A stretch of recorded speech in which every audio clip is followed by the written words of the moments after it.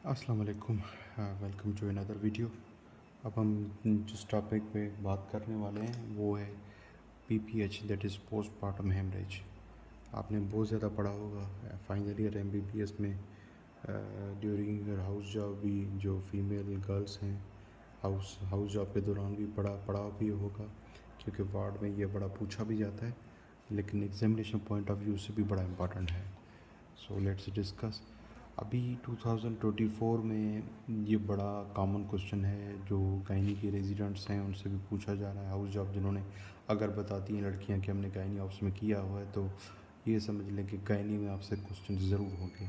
कौन कौन से होंगे, इंपॉर्टेंट टॉपिक्स आपने कवर करने हैं, जैसे पोस्टमार्टम हेमरेज। देखें, what is postmortem haemorrhage, that is called PPH. Is ये is when a women has heavy bleeding after birth, after giving birth to a baby. It is very serious condition. इसमें जो blood loss होता है ये 500 ml से 1500 ml तक blood loss हो जाता है। और ये मतलब ये समझ लिया आफ्टर पार्टम, यानी बच्चे की डिलीवरी के बाद, after giving birth to a baby, अगर किसी वीमेन को हेवी ब्लीडिंग है, that is called postmortem haemorrhage. Okay, it usually happens within first day of giving birth. Okay, but it can also happen up to 12 weeks. यानी ये समझ लें कि अगर जल्दी हो जाता है तो ये समझ लें that is called primary PPH. अगर कुछ ऑनसेट इसका ब्लीडिंग का बाद में होता है तो उसको सेकेंडरी पीपीएच भी बोलते हैं। ये टाइप्स हैं इसके, ठीक है। अच्छा, ये पूछ रहे हैं कि अच्छा पीपीएच की डेफिनेशन पूछेंगे आपसे, उसके बाद पूछ सकते हैं कि कितनी परसेंट वुमेन में होता है। ये बहुत ज़्यादा शुरू से ही ये 2017 में ये हॉट टॉपिक था, 2019 की वाइवा में भी हॉट टॉपिक था, ये 2024 में भी हॉट टॉपिक है, और ये आइंदा भी जो वाइवा होंगे तो लड़कियों से ये काफ़ी सवाल पूछे जाते हैं कि कितने परसेंट जो वेमेन हैं इसमें पीपीएच होता है, तो आप बताएंगे 1 to 5%। ये याद कीजिए, ये परसेंटेज बड़े काम की है। ओके, टाइप्स कौन कौन से हैं ये अभी भी पूछा जा रहा है। There are 2 types that can cause heavy bleeding after birth, यानी दीज आर प्राइमरी पीपीएच, यानी within that is called early PPH, जो विद इन 24 आवर हो, यानी विद इन 1 डे हो डिलीवरी के बाद। और सेकेंडरी पीपीएच है जिसको डिलेड पीपीएच बोलते हैं, जो अप टू 12 वीक्स तक काउंट किया जाता है, ठीक है। इसमें ब्लीडिंग कितनी होगी, 500 ml से लेके 1500-2000 ml तक ब्लीडिंग हो सकती है। ओके, अच्छा, काजेज़ बड़े इंपॉर्टेंट हैं। ये पूछे जाते हैं कि please tell me the causes of PPH, तो आप बताएं। देखें, जब भी आपका वाइवा होगा आप वाइवा को टू द पॉइंट ही जवाब देंगे अपने पैनल को। आप जैसे अगर अगर आपसे पूछते हैं please tell me about PPH, तो ऐसा ना हो कि आप पीपीएच की डेफिनेशन के बाद शुरू हो जाएं, उसके काजेज़ भी बताना शुरू हो जाएं, खुद ब खुद उसका ट्रीटमेंट बताएं, खुद ब खुद उसके टाइप्स बताएं। नहीं, ऐसा नहीं करना आपने। आपने कोशिश करके इंटरव्यूअर को अपने हिसाब से चलाना है। आपने किस तरह उसकी, अगर पूछते हैं please tell me something about PPH, तो आप कोशिश करके डेफिनेशन बताएं, ठीक है। तो उनको सवाल पूछने हैं, देखिए वो आपसे पूछते हैं कि व्हाट इज़ पीपीएच के बाद पूछ सकते हैं प्लीज़, अच्छा तो ये बताया वाला टाइप्स कौन से हैं, आप टाइप्स बताएंगे। उसके बाद पूछ सकते हैं, चले टाइप बता दिए तो आपसे पूछ सकते हैं कि भाई काजेज़ क्या क्या हैं पीपीएच के। तो ये समझ लें कि आपका एक ही 2 टॉपिक्स में आपका अगर इंटरव्यू अच्छा हो जाता है तो ये अच्छा काउंट होगा। नहीं तो अगर आप टू द पॉइंट अगर पीपीएच की डेफिनेशन पूछें, आप डेफिनेशन के बाद शुरू हो जाएं, टाइप्स भी खुद ब खुद बताते हैं, ट्रीटमेंट भी खुद ब खुद बता देते हैं, तो ये इंप्रेशन भी अच्छा नहीं जाता और आप अपने इंटरव्यू को खुद भी ख़राब कर देते हैं। तो टू द पॉइंट ही जवाब देना है, ठीक है। टाइप बता दिए। टाइप के बाद काजेज़ कौन कौन से हैं, एक है प्लेसेंटल एब्रप्शन, यानी early detachment of placenta from the uterus, और placenta praevia is also one of the cause of PPH because the placenta that covers are near the cervical opening, या ये समझ लें ओवर डिस्टेंडेड यूट्रस, या ऐसी women जो जिसने multiple pregnancies की हैं, या gestational hypertension is one of the cause, pre-eclampsia is also one of the cause of PPH. And it आज ये भी मल्टीपल बर्थ जो हैं जो वेमेन देती हैं, तो that is also one of the reasons. Prolong labour, very very important, जैसे पहले हमने लेबर में देखा, that is also one of the cause of PPH. Infection is also one of the cause. Uterine atony यानी uterus में tone ख़त्म हो जाता है, ठीक है। तो ये that is one of the cause of PPH. What is the management of PPH? Procedures used in PPH include manual removal of placenta, manual removal of clots, uterine tamponade, uterine artery embolization. अगर during PPH अगर genital trauma हुआ है तो laceration repair, यानी repair भी ज़रूरी है, ठीक है। तो ये सब प्रोसीजर्स यूज़ होते हैं, यानी मैनुअल रिमूवल ऑफ बताएंगे प्लेसेंटास, मैनुअल रिमूवल ऑफ क्लॉट्स, ठीक है, क्लॉट्स को मैनुअली रिमूव करेंगे आप। यूट्राइन टेम्पोनेट भी इस्तेमाल होता है for PPH। Uterine artery embolisation, क्योंकि ब्लीडिंग बहुत ज़्यादा हो रही है तो क्या करेंगे, आर्टरी को एम्बोलाइज करेंगे, ठीक है। और लेसरेशन रिपेयर अगर PPH के दौरान कोई जेनेटल ट्रामा, कोई इंजरी हो जाती है तो, ठीक है। तो ये ज़रूर आपने याद करना है।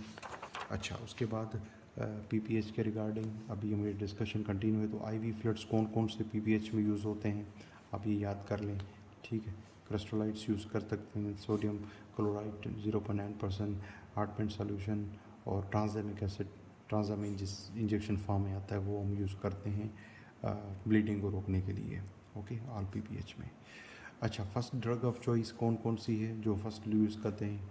Typically oxytocin is used as initial medication for PPH and other uterotonics भी एडमिनिस्टर करते हैं हम अगर ऑक्सीटोसिन फेल हो जाती है। वो अगर आपने FCPS किया है गायनियोप्स में तो आपको ये बेहतर नाम भी याद होंगे, वो बता सकते हैं, लेकिन फर्स्ट चॉइस हो तो आप ये बताएंगे।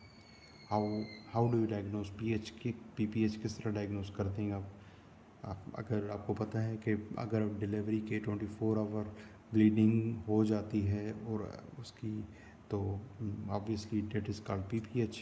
अच्छा, उसकी हिस्ट्री लेंगे, फिज़िकल एग्जामिनेशन, ब्लड लॉस कितना हुआ है ये भी मेयर करेंगे। आपको पता है 500 ml से 1500 या 2000 ml तक ब्लड लॉस हो जाता है। हेमाटोक्रिट काउंट देखेंगे, पेल्विक एग्जामिनेशन भी करेंगे, अल्ट्रासाउंड के लिए भेजेंगे पेशेंट को। अच्छा, उसके अलावा अगर प्रेगनेंसी में हाइपरटेंशन हो जाता है, हाउ वुड यू ट्रीट? ये अभी भी SPSC 2024 में पूछ रहे हैं कि what is the treatment of hypertension in pregnancy. आप बताएंगे लेविटोलोल और nifedipine are the preferred medications used in hypertension in pregnancy. उसके अलावा मिथाइल डोपा भी यूज़ होता है, हाइड्रोक्लोरोथाइजाइड में भी यूज्ड सेकेंडरी ऑप्शंस, ठीक है। फर्स्ट ऑप्शन जो है लेविटोलोल और नेफेडिपिन होंगे, सेकेंडरी ऑप्शन आपके मिथाइल डोपा और हाइड्रोक्लोरोथाइजाइड होंगे। ये अभी भी पूछा जा रहा है, ठीक है। अच्छा, what is difference between pre-eclampsia and eclampsia? Very and भी ये बड़ा हॉट टॉपिक शुरू से रहा है कि आपसे इक्लेम्शिया की डेफिनेशन पूछेंगे, आपसे प्री इक्लेम्शिया डेफिनेशन पूछेंगे, दोनों में फ़र्क आपसे पूछ सकते हैं। आप किस तरह बताएंगे कि what is pre-eclampsia, what is eclampsia? देखें, अगर ब्लड प्रेशर ज़्यादा है, प्रोटीन यूरिया के साथ पेशेंट प्रेजेंट कर रहा है, एडीमा भी है, दैट इज़ कॉल्ड प्री इक्लेम्शिया, ठीक है। अगर वही प्री इक्लेम्शिया कंट्रोल में नहीं आता और पेशेंट सीजर के साथ, झटकों के साथ प्रेजेंट करता है, that is called eclampsia. Eclampsia is in US1।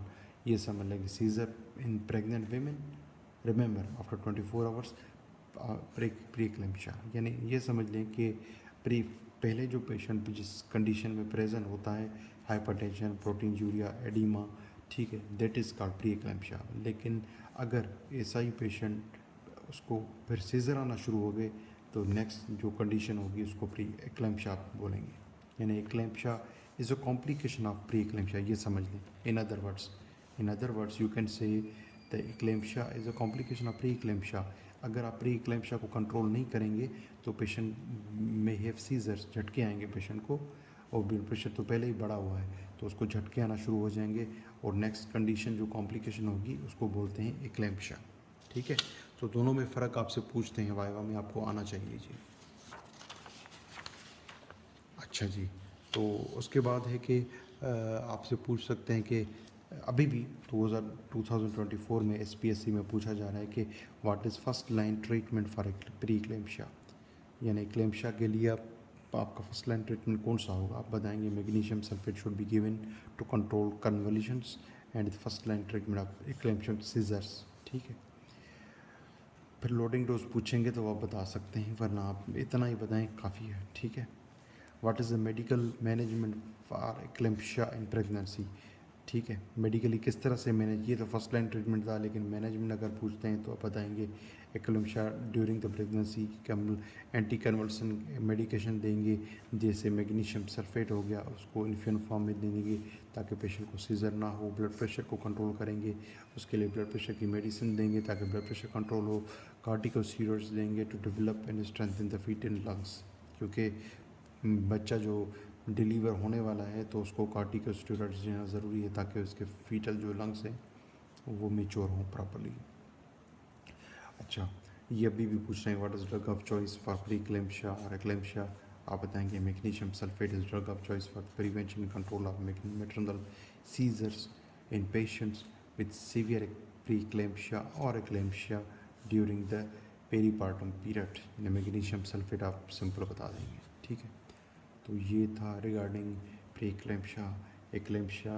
आपका पीपीएच, और इस पीपीएच के अपोजिट में होता है आपका आईपीएच, यानी एक तो हो गया पोस्टपार्टम हेमरेज, दूसरा होता है एंटीपार्टम हेमरेज, यानी before the delivery, before the partum जो ब्लीडिंग हो उसको हम एंटीपार्टम मिलेंगे, और ड्यूरिंग पार्टम या आफ्टर पार्टम हो तो that is called PPH. I hope इसने आपकी हेल्प की होगी। We will move to another topic now.